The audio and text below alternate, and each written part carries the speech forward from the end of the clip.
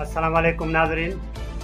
हमारे सिरे आयो एहतसाब न्यूज़ आऊं आहियां कासिम ख़ास के लिए।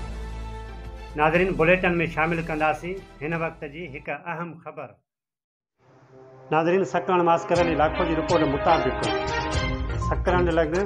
ॻोठ मीरमन मंगवाणी जा रहवासी शमस संदसि घरवारी मारवी संदसि ससु हाकुमज़ादी मंगवाणी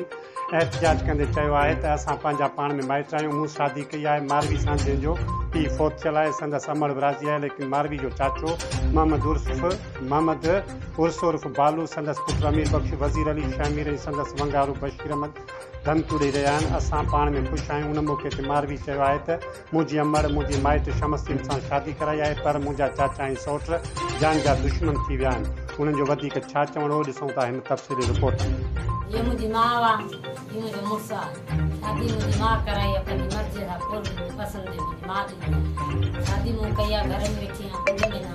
के मारे कोटे में मुझे मर्जी मुझे मुर्सा ये माँ मुझे मुर्सा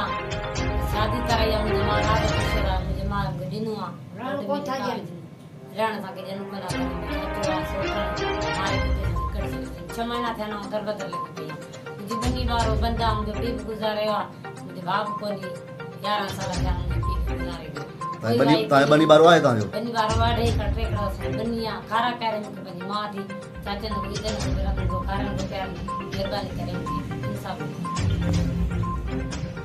और दूसरी क्या मिले बेवाइयां को भान को केयर को विनर को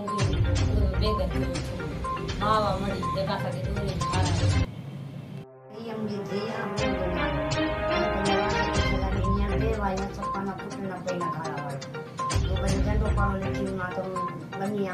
संभाले खाए लोगों के लोने पे कोई खाना डाला हूं मरी जिस कब्र में केते दिन जाने भाई की मेरी आने देर खायो मते देर छुप खायो मते जबन ने चले